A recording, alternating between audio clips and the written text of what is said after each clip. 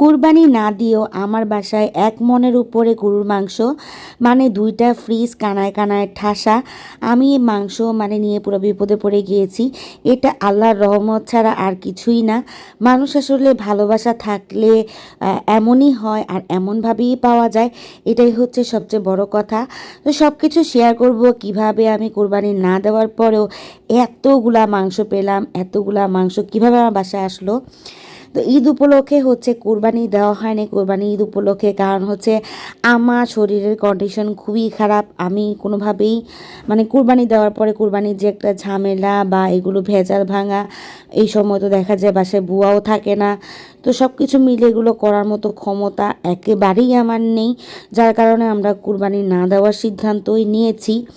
তো সব কিছু মিলে থাকে না মানুষের নানান ধরনের সমস্যা। তো চিন্তা করে হচ্ছে আমরা কোরবানি দিব না।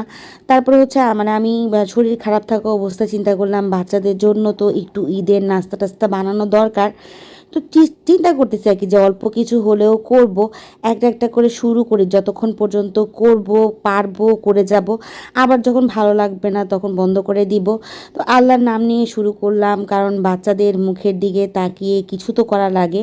তো ঘরে আমগুলো নষ্ট হয়ে যাচ্ছিল, চিন্তা করলাম আম তো এমনিতেও খাওয়া যাবে না, এর থেকে একটু পুডিং বানিয়ে নেই। সে চিন্তা থেকে যে আমের একদম মানে ইয়ে করে তারপর আগার আগার পাউডার দিয়ে চিনি দিয়ে মিক্স করে এটা একটা বাটিতে ঢেলে নিলাম, ঢেলে নিচ্ছি এটা পুডিংয়ের জন্য। ঢেলে তারপর এটা ফ্রিজে রেখে দিব 30 মিনিট। 30 মিনিট পর ঠান্ডা হলে তারপরে হচ্ছে এটা কাটবো। তারপরেও যে ফ্রিজে দুধ ছিল, দুধটাও আমি জাল দিয়ে নিয়েছি।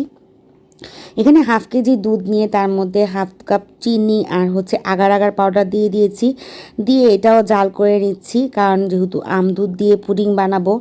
চেয়েছিলাম অনেক কিছু তৈরি করতে, কিন্তু কপালটা এত খারাপ, গত রোজার ঈদেও অনেক কিছু আমি করতে পারিনি, আর এই কোরবানিটাও বুঝি এভাবেই যাবে। এই যে আমের যেটা আমি ঢেলেছিলাম আমের পুডিং বানানোর জন্য, সুন্দর মাশাল্লাহ জমে গেছে।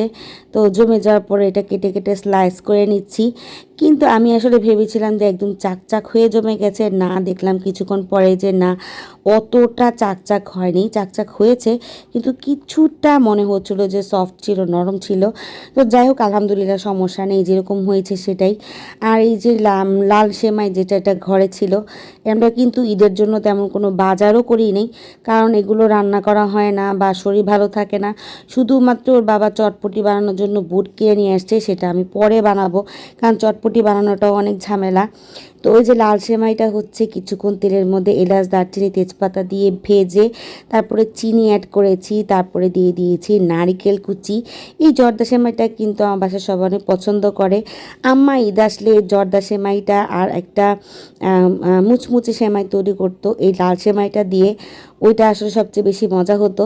তো এখানে একটু চিকেন কেটে নিয়েছি, নিয়ে টমেটো সস, সয়া সস, আদা রসুন বাটা, মরিচের গুঁড়া দিয়ে করে তারপরে যে নুডলস রান্না করব, চিকেন কেটে তারপরে মানে চিকেনের টুকরা সহ যদি নুডলস রান্না হয়, চিকেন নুডলস যেটাকে বলে আর কি, এটা ওরা অনেক বেশি পছন্দ করে। আর জানি না কেন জানি আজকে প্রত্যেকটা খাবারই এত বেশি মজা হয়েছিল।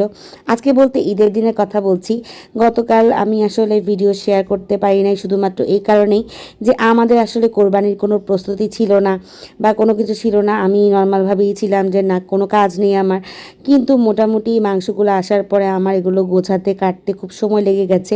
নাস্তা টাস্তা বানানোর পরে সকালবেলা একদম ভোর 6টা বাজে সবাই উঠে গেছে। আর এই যে আবদুল্লাহকে ঘুম থেকে উঠাতে আমার অনেক বেশি কষ্ট হয়েছে, এমনিতে চাচ্ছিল না ঘুম থেকে উঠতে, কিন্তু পরে দেখা যায় যে যদি নামাজ পড়তে না নিয়ে যায় তখন সে প্রচুর পরিমাণে কান্না করবে, আর ঘুমের ঘরে সে মসজিদে অনবরত হাই তুলতেছিল। আর এই ভিডিওটা ওর বাবা আমাকে দেখানোর জন্য নিয়ে এসতেছিল যে তোমার ছেলে কি করতেছিল মসজিদে। তো যাই হোক আল্লাহর দরবারে কোটি কোটি শুক্রিয়া, আমার দুইটা ফ্রিজ পুরা ফুল। আমি ভিতরে মাংসগুলো রেখে উপরে কোনো রকম চাপিয়ে বাটিগুলো রেখেছি, আর এই ফ্রিজের অবস্থা তো পুরো খারাপ, কারণ এক মনের উপরে মাংস কিন্তু মুখের কথা না। আমার বাবার বাসা থেকে সব কিছু আমাকে দিয়ে দিয়েছে, প্রায় 30 কেজির উপরে মাংস, আর আত্মীয় স্বজন টুকটাক পরিচিত যারা আছে সবাই নিয়ে এসেছে।